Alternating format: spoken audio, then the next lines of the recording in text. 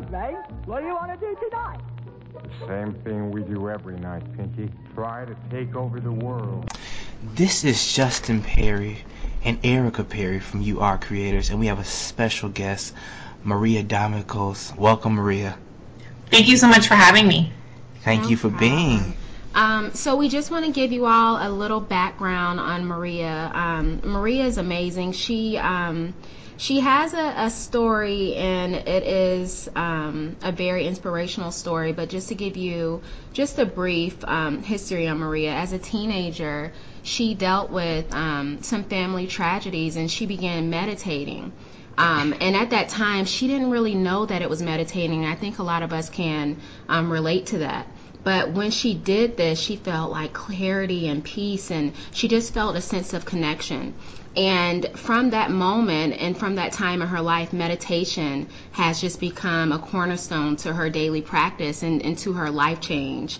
Maria has a bachelor's degree in psychology, a master's in clinical psychology. She is very well versed on eating healthy and healthy living and healthy well-being, total balance.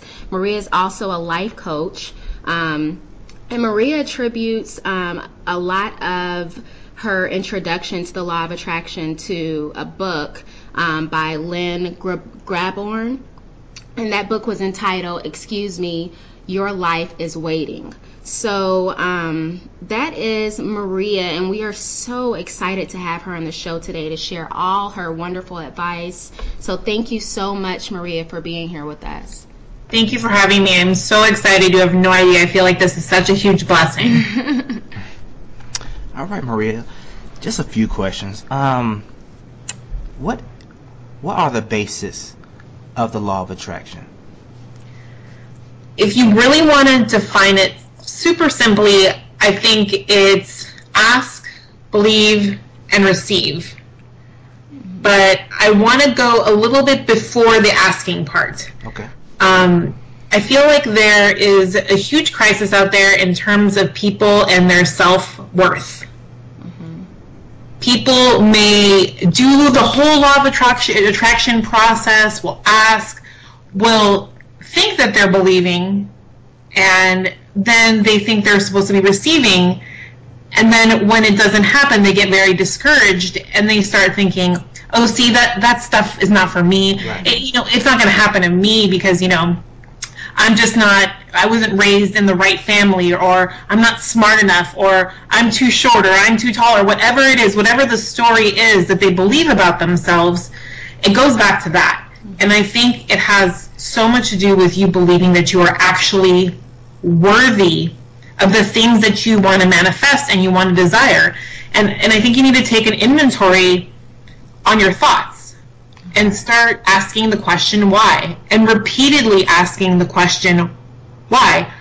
For instance, I want to release weight. I like when people say, I want to lose weight.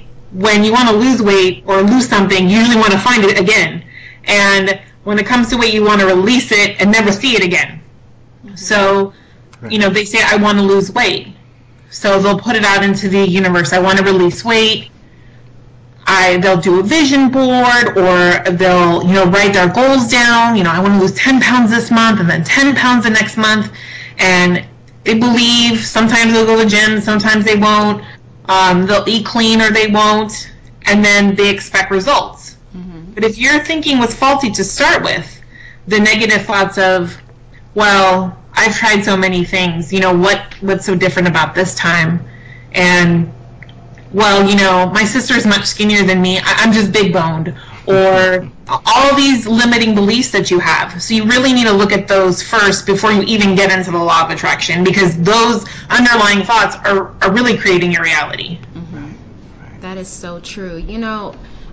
With that in mind, sometimes I think people have such a strict religious background that they feel that they can't fully practice the law of attraction. So do you believe that you can have this religious background but follow the law of attraction?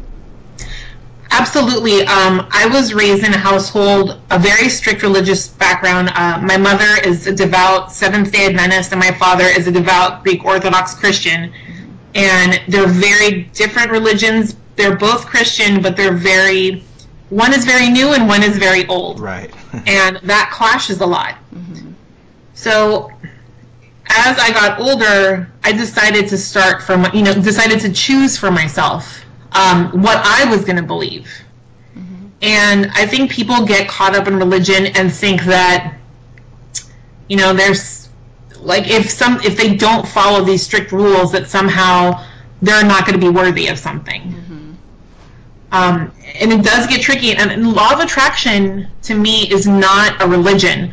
Law of attraction is a technology. It's a technology that God has given us. Right. Just like gravity. Exactly. Gravity exists if you believe in it or not. Mm-hmm. And there's rules in gravity. What goes up must come down. Exactly. You don't need to believe in gravity for you to stay on the Earth's surface. It's going to happen no matter what. Right. So the law of attraction is not, I think it's part of God's plan. It's the way we believe certain things come to pass. It's not a religion. Mm-hmm. And I think people misconstrue the ideas and think they're a religion, and then they think that it's against what they already believe. Right. Well, there are several universal laws. Several. But they all coincide with one another. What are some other universal laws that you work with, that you know? The law of allowing. Okay. Which is definitely part of the law of attraction, and it's allowing in terms of not sitting back and just thinking that things are going to happen without me doing anything. Sometimes you don't really physically need to do anything for things to happen to you. It's all about your thoughts and what your thoughts are creating. Mm-hmm. But allowing could mean allowing new, creative, interesting ideas to come to you. Mm-hmm. Allowing can mean when you think something is a coincidence, just a mere simple coincidence, but it's actually trying to point you to something. Right. Just allowing that. Right. Yeah. Exactly. Okay. Okay. So Maria, I heard you earlier. You mentioned the vision board. Do you have other exercises or tricks or tips that you use in working with the law of attraction? Absolutely. In the morning, I think the morning and 5 minutes before you go to sleep, I feel like the most important times in your day. Mm-hmm. I'll talk a little bit about the 5 minutes before you sleep. Okay. Those are just magical 5 minutes, I think. Mm-hmm. And whatever you think about during those 5 minutes while you're laying in bed, that's what your mind is going to marinate on for the next 8 hours that you're sleeping. Mm-hmm. That's what your subconscious is going to work on for the next 8 hours. So you need to make sure that when you go to sleep, you're not rerunning your day and how many mistakes you made or what you could have done better or beating yourself up. That's not the time for that. Right. And I think that in those 5 minutes, if you start getting those thoughts, you need to get up from your bed. I have a nightlight in my bathroom rather than opening the bright light in the fan. Mm-hmm. I'll turn on the little nightlight and I'll just sit there and reframe my mind. I'll start thinking positive things. Mm-hmm. I'll start doing my affirmations. I'll look at my vision board. You need to reframe those thoughts because you don't want to, again, go to sleep and fall asleep on negative energy. Right. So, once you've realigned yourself, once you feel a little calmer, then you can go back to your bed and go to sleep. Mm-hmm. Never go to sleep on bad energy or bad thoughts. Right, that's good. That's really good. So I know for Jess and I, we get some emails from people, and they express how they really want to practice the law of attraction and just completely change their paradigm and the way that they think, and they want to be positive, but many of them are surrounded by negativity. Rather it's a job that they go to, the household that they live in, the people that they're around. So I know that you have a background where you worked with people with mental illness and addictions, and I find that very interesting, Maria, because I too have a background like that, and I can remember even some days going into work happy and then feeling like my energy was kind of drained at the end of the day. So can you give our listeners maybe some advice or some tips in dealing with trying to stay positive in situations and environments like that? Sure, absolutely. One thing that I would do when I had clients that were particularly toxic, just because of whatever mental state they were in, or if they were, doing drugs at the time, a lot of times I would envision almost like a shield of golden white light encapsulating me as a protection. So I would just, in my mind, I would think, I have this beautiful golden white light around me, and it's positive, and there's nothing that can penetrate that light.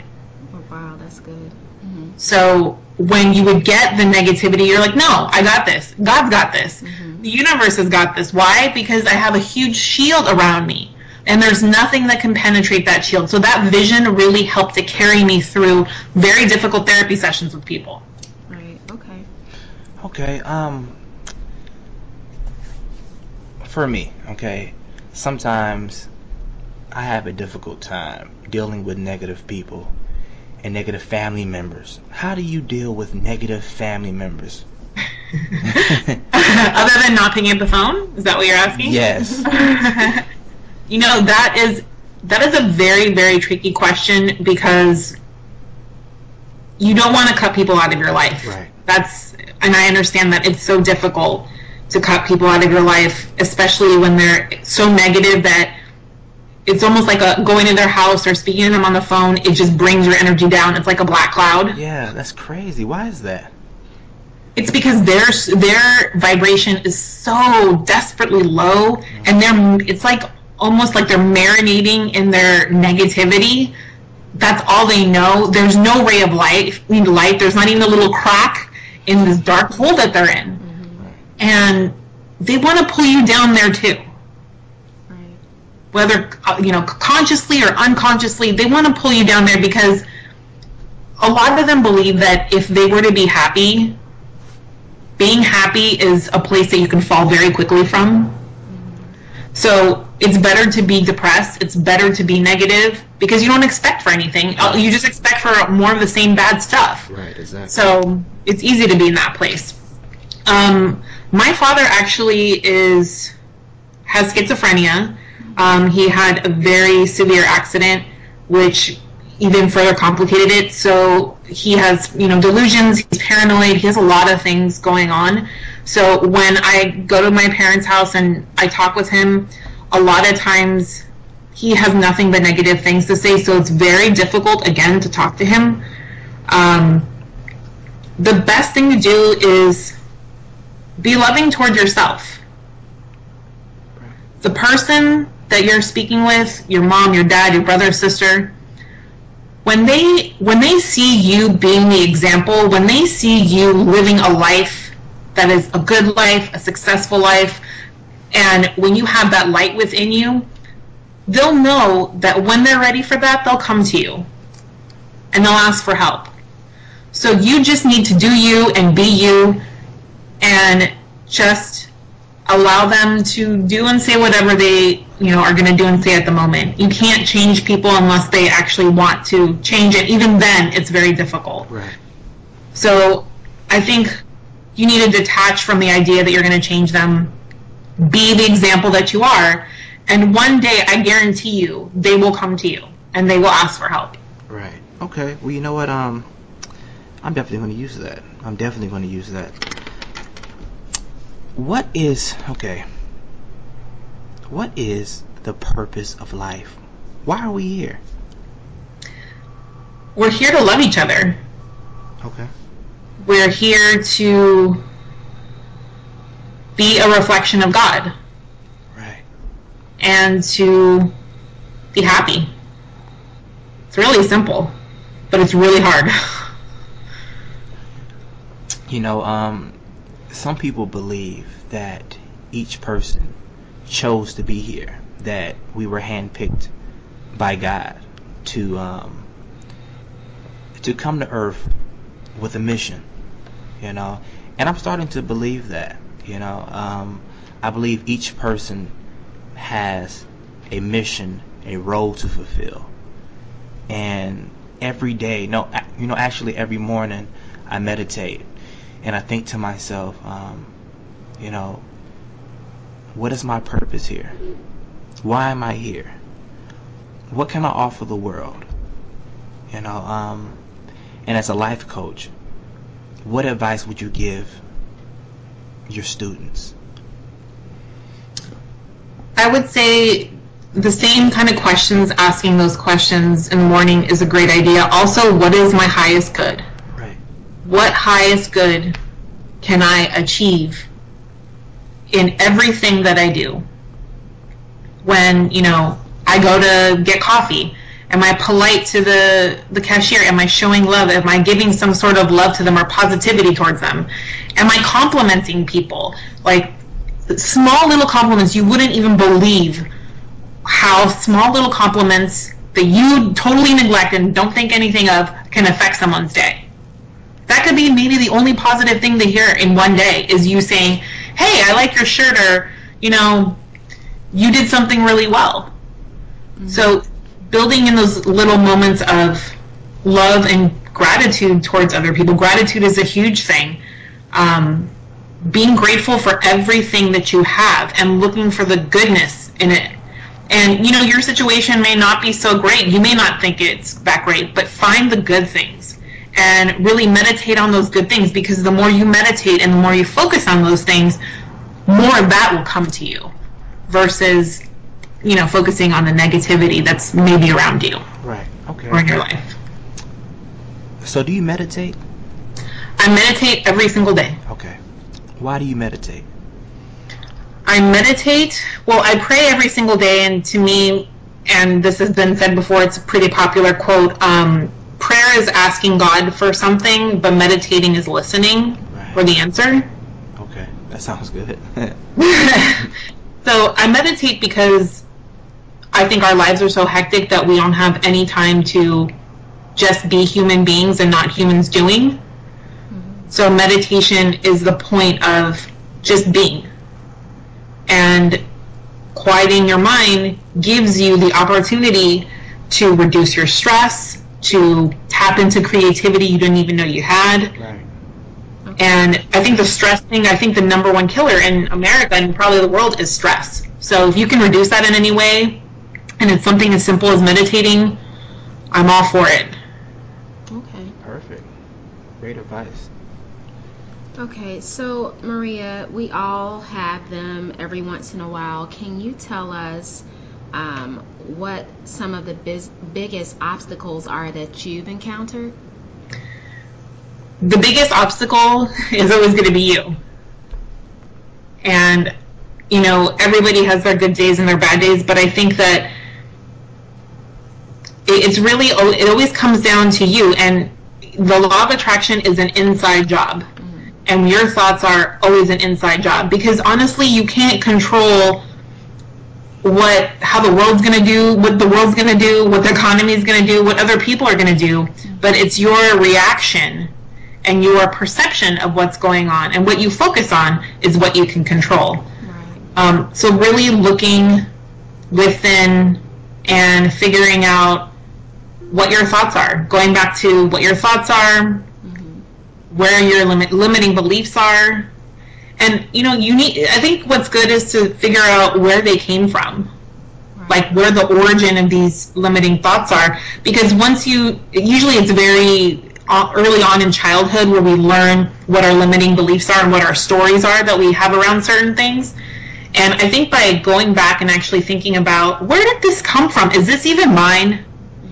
Did I get this from me, or was this from somebody else? Did I inherit this limiting belief from somebody else that I was close to or I was around a lot? Mm-hmm. Because usually, most of the time, they're not even your beliefs. They're beliefs that you inherited from somebody else. And the idea of fear, I feel like fear is a killer too. A lot of people say that fear is false evidence appearing real.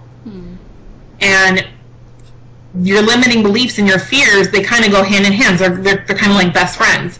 So if you're able to figure out what your limiting beliefs are and your fears, then you shed some logic on them. You shed some light on them to see where they came from and how you can put them away. You don't need them. Right. You need to let it go. Right.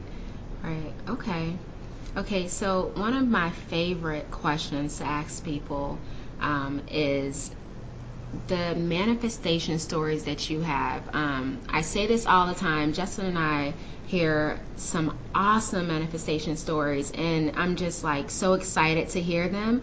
So can you tell us maybe one of the best manifestation stories that you have through the law of attraction?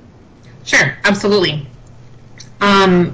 About now it's going to be 4 years. 4 years ago in December, I hadn't been dating anybody for close to 3 years at that point. But in December, I just made a decision. I made a decision and I said, this next, upcoming year is going to be the year that I find the person that I'm meant to be with and that I'm going to fall in love with and be married to. Now, mind you, I was working many, many hours. I was taking classes, and I never saw a way that this could happen. I was like, the people that I'm around, there's no way that, I already know this person, or, it's just, I must be being silly. But I said, you know what? I don't know how this is going to happen, but it's going to happen. And I wrote a list of all the qualities I wanted to, my ideal partner to have. And I would look at it every day and I'd read it. And I even would take a ring that I had and I would put it on my left hand like I was married. Wow, okay. And I would just put it on. I'd put it on actually before I went to sleep. And I would take it off and put it on the other hand once I woke up and I was going to go to work. But I would really believe that, I'm going to be married, I'm going to find this person. And on January 26th, I was talking to one of my coworkers. He was actually one of my bosses, and he was asking me, what do you do on your days off? And I said, I go, to the movies, or I read, or I do these, different things. And he said, we should go to the movies sometime. And I was like, yeah, that sounds good.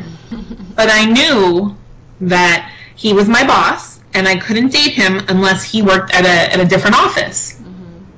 So I knew that nothing was going to happen with that. I was like, it's fine. He just wants to be my friend. It's no big deal. Well, 3 days after we had this conversation, he got transferred to a different office. Wow. And so he got transferred on a Sunday. On that very Tuesday, went on our first date, and we actually got married a year and a half ago. That's awesome. Wow. I love that. That is awesome.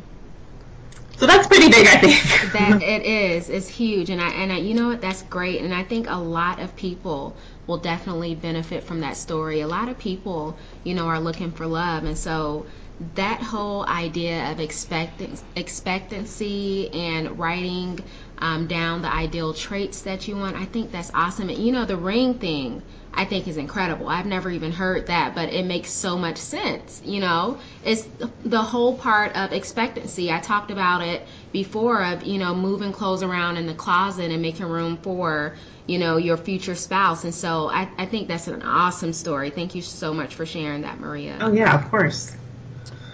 Well, Maria, people never believe it. It's funny. People never believe it. And I'm like, hello, my husband, he's right here. It's like, exactly. That is so funny. You were at my wedding. Hello.